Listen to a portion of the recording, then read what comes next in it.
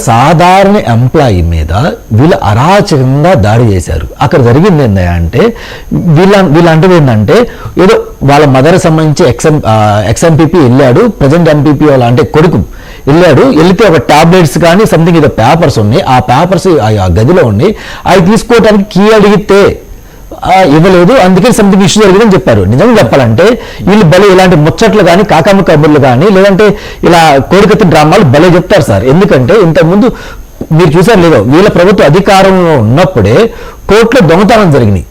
దాని మీద ఎంత దారుణంగా తీసుకెళ్ళి చూసాం. అంటే ఒక పేపర్ల కోసం కానీ ఒక చిన్న ఇష్యూ కోసం గొడవ జరుగుతున్నా సార్. నాకున్న సమాచారం ఏంటంటే అక్కడ ఏదో వీళ్ళు తాళాలు అడిగింది దేనికంటే ప్యాకాట ఆటానికో తాగి తన్నలాటానికో తాళాలు అడిగాడు. అతను ఏమని అన్నాడు, తప్పేంది సార్ అందులో?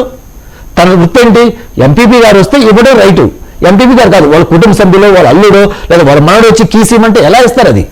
అది ప్రభుత్వ ఆస్తి.